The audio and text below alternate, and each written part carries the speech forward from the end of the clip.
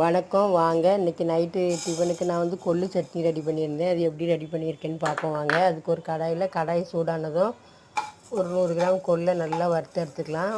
நல்லா வாசனை வர வரைக்கும் வறுக்கணும், கருகிடக்கூடாது. நல்லா வறுத்துட்டு ஒரு தட்டில் ஆற வச்சுட்டு கொஞ்சம் எண்ணெய் சேர்த்து ஒரு 5-6 காஞ்ச மிளகா வறுத்து எடுத்துக்கலாம்.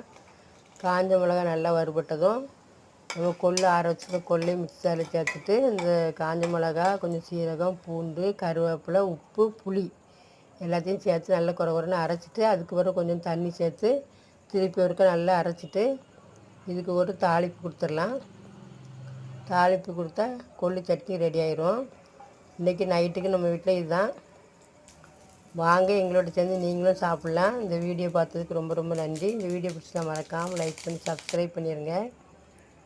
அடுத்த வீடியோவில் பார்க்கலாம். பாய் மக்களே.